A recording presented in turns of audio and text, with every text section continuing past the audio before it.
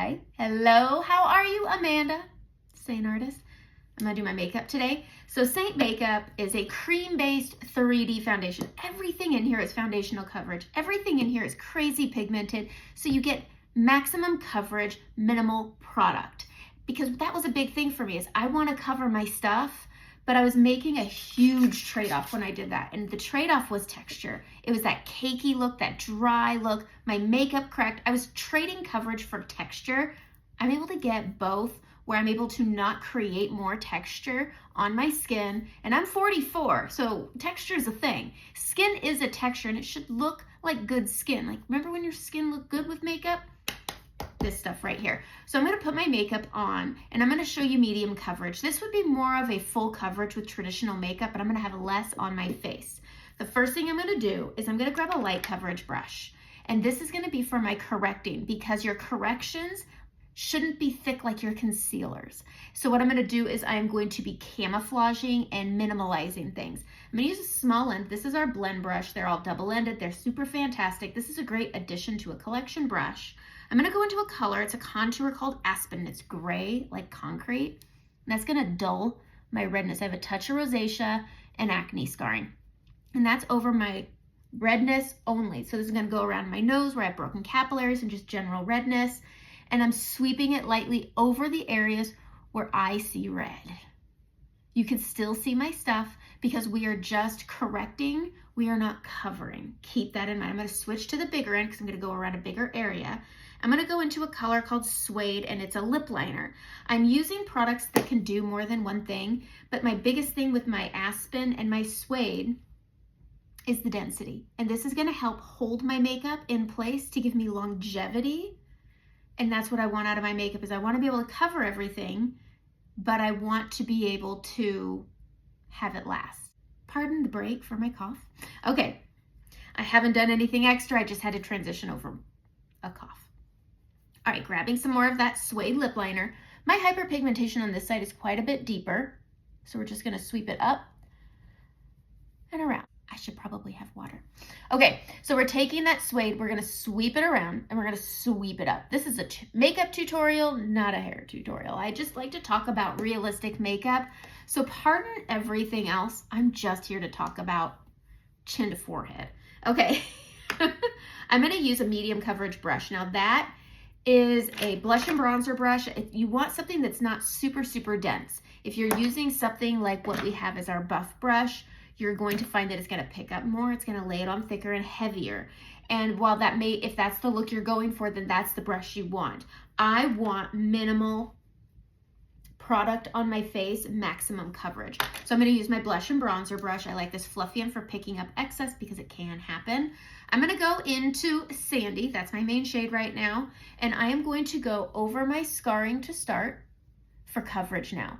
I'm not needing to put on a foundational color and then go over things with concealer for max coverage.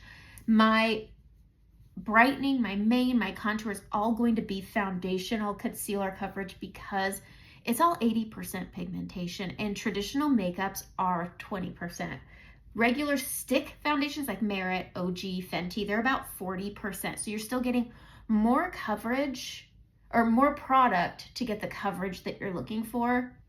Did I say that right? I hope I did. But it's just about finding the products that work with your skin rather than fighting against the test of time.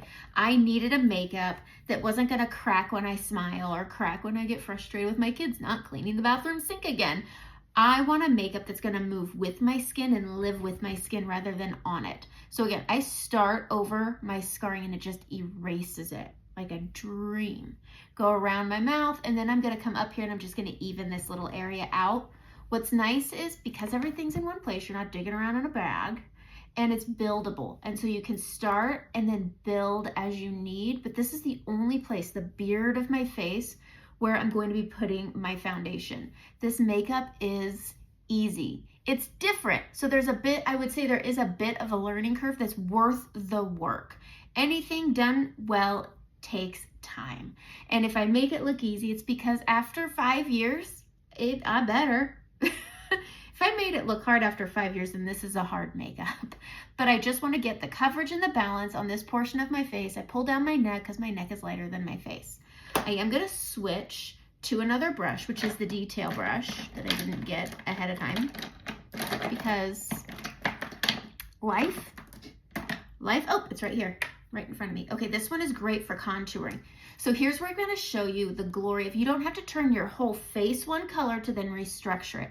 Again, everything is foundational coverage. So what I'm going to do is I've just given myself balance and coverage where I really need it. Now I can go in, and this is Stone. This is one of my favorite contours, especially with it being winter. This has a touch of warmth to it. I'm going to smear on either side of my forehead here. And this is going to be creating my shadow. I'm going to go at the base of my cheekbone, kind of on top of my cheekbone here. Okay, we're going to put this on in a way that's really showing you where it is. That's really my point here. On my nose, I go to the top sides. I'm going to need my mirror here. And I draw an 11 on either side first. And then I push this up towards my brows, letting it follow that natural shadow. And then I square off the tip. We will be blending this shortly. I'm going to go right in front of my earlobe and down my jaw. Do not forget to blend this. Everybody does, and nobody tells you, like when you have spinach in your teeth. Okay. The next color I'm going to go into is a brightening shade. This is like a concealer. It's a little bit lighter for your skin, and this is going to help where you reflect light. So right basically down the middle, and we're going to get our under eyes. So I'm going to use White Peach. Everybody is different.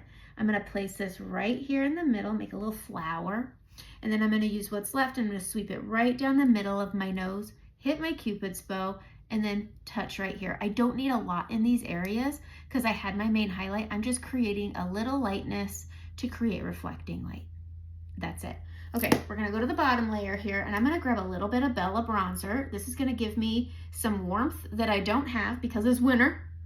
We're just gonna sweep that like a big C around the eye. Okay, super simple, all right?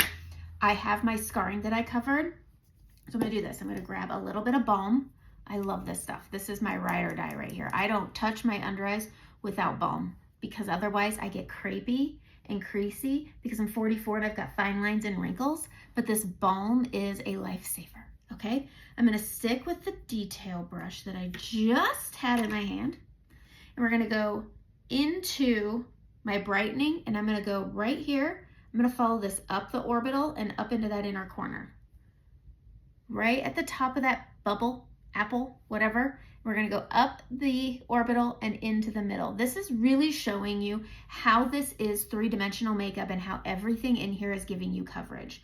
Okay, on this second layer, I have Daylily. I love this color to help with my cheeks because I don't want my scarring pulling through, but I do like color on my cheeks. So then I'm going to go into my favorite color, Rosewood. Love this color for winter. And I'm going to add that right over top that bronzer, and they're going to work together. All right, here's what we're gonna do. I'm gonna use the big end of the detail brush. I love this brush for blending. First thing I'm gonna do is actively remember that I put a contour on my jawline, so it doesn't look like I'm just dirty, because that's exactly what it'll look like if you don't blend this. So blend it first, up and down the jaw, and then down the neck just to give that fade of a shadow. All right, and I'm gonna work from top to bottom. It just works out easy for me. I'm going to stipple this, and I'm going to sweep this up into the mid of the forehead and over. Same thing over here, sweeping on either side. And then I'm going to go into that bronzer on my forehead here at the back end of my brow. And I'm going to work those together. That Bella bronzer is so nice to just add that little bit of glow. I'm going to flip to the small end, and I'm going to, you could either use tiny circles, a sweeping motion, a stippling motion.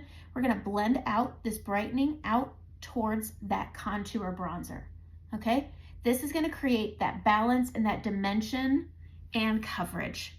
So when that light that's too light meets that bronzer contour, they're gonna come together and it's gonna create that balance that you like.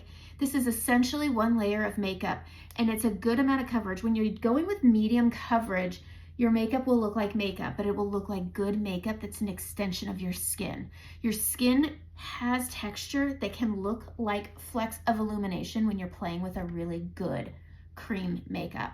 I'm gonna tap down the sides and around the front, and then I'm gonna take my finger and I'm gonna sweep that brightening. I prefer the finger. The brush can sometimes widen it and spread it, and that'll make my nose look wider.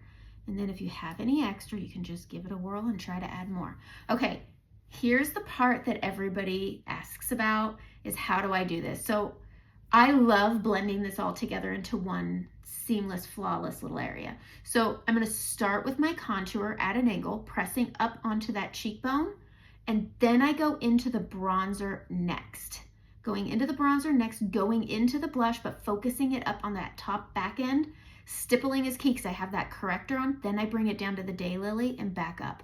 It's all in one area, but I kept my contour where my contour is, brought and started blending the bronzer where the bronzer is, and then I just worked it together.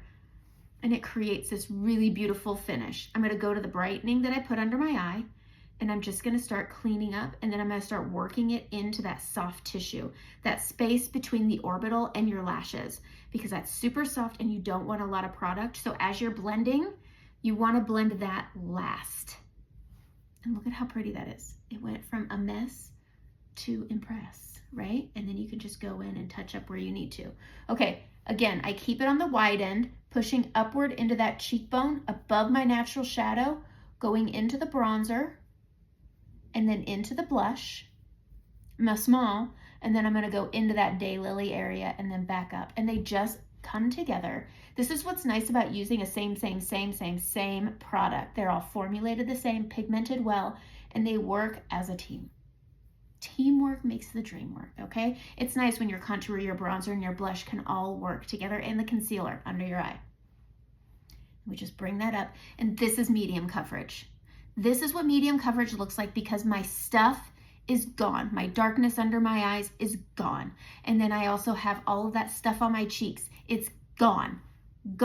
But I don't have to trade off that heavy, thick, frosting style makeup that then has to get patted down with a powder. So I'm gonna take, this is called Blue Marble. I love this stuff.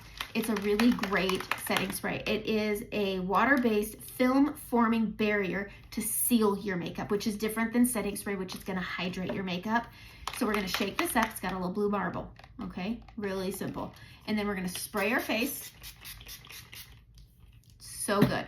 I'm gonna take that fluffy brush from that blush and bronzer when I was talking about excess. I'm gonna press that in using that fluffy brush.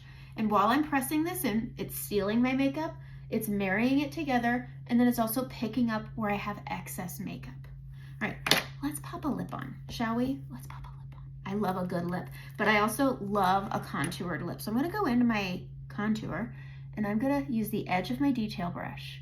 I think the blush and bronzer and the detail brush are like peanut butter and jelly brushes. They go so well together, and they're a great medium coverage brush, and they help you with control. And when you're just getting into a makeup that's as different as this, it's so good. All right, I'm contoured. I'm gonna grab a little bit of brightening, and I'm just gonna create a bright contrast using everything in here, okay? And then we're gonna make a beautiful lip. Beautiful lip. It's gonna be my favorite lip combo right now. I just need the brush that I want. Here it is. This is the multitasker brush. I'm going to use the small end, and I'm going to go into Renaissance. It's a really nice, dense satin finish lip and cheek, but I don't use it as a cheek. I only use it as a lip liner. This is a good dupe and a more affordable dupe to MAC. MAC had this liner called Half Red. It was my favorite, and they discontinued it. Those dirty, stinking dogs. So using a small pointy brush like the small end of the multitasker is so good. But because this is dense, and if you have straw lines or whatever you want to call them, this is going to create a dam so that your lipstick doesn't break over and bleed out. Okay. I love this as a lip color, and I know, or a lip liner, and I know it looks bold and scary, but then we're going to go in to Daylily, which I put on my cheeks. And we're going to fill that in. And it's gonna be this beautiful, beautiful color. I don't even know what to call this color. It's just my favorite. It's just my favorite. Okay, I mean, 'tis the season to be neutral, right? Right. Now I'm gonna go in. This is a Bare Minerals lip gloss. This has a balm in it. It's their lip gloss balm in the color Serenity. My favorite lip gloss. I love this color. It is on the sticky side, if that's important to you. And then I just go over top because using Renaissance and using Daylily, while they are beautiful colors, they are matte. and you want something that has some hydration, so just adding this on top is so good. And I take a gloss and I will outer line with a gloss, but not a color. And it just gives that little bit of a fuller look. Okay, so that's my medium coverage. That's it, the end. I kept it pretty neutral. I like that. When you're going bold, it's not about coverage. So if you're doing something more glam and you're going out, do your normal medium coverage. I do. And then bump up your colors. That means bump up the contour tone and maybe add a touch of your bronzer into your contour. That means using a brighter blush instead of your neutral blushes. So instead of rosewood, I would maybe go and grab something pink. It's all about preference on how you want it to look at the end, but having a makeup that can give you the maximum coverage with the minimal amount of makeup is key. Not everybody has stuff, but here's what I have to say. If you're wanting coverage over important things like my hyperpigmentation and my scarring make me extremely insecure, but I don't want to feel insecure about what my makeup looks like too. So you can pick and choose what you want. You can get the coverage and have the texture and feel kind of weird, like, oh, does it look good after 2 hours? I've had makeup fail after 2 hours, and it makes me so upset because you want to just go out and live your day and feel good to the end. And I do, but I do think that using this blue marble has been a game changer for me, but also finding a quality cream makeup. These are $16 a color. After adding the blue marble, which is about $40 for this size bottle, this is 4 ounces. It's $40 for that one, but your makeup is $16 a color, and you're not exchanging these colors all the time. Your main foundation will probably be the main one you replace, but that's after 3 to 4 months, especially if you're using it minimally. That's why you're not needing to put it all over your face. Save the product, put it where you need it. All right, that's it. Send me your selfies. Let's get you a color match and let's customize a palette, because this palette, it isn't your palette. Have a great day.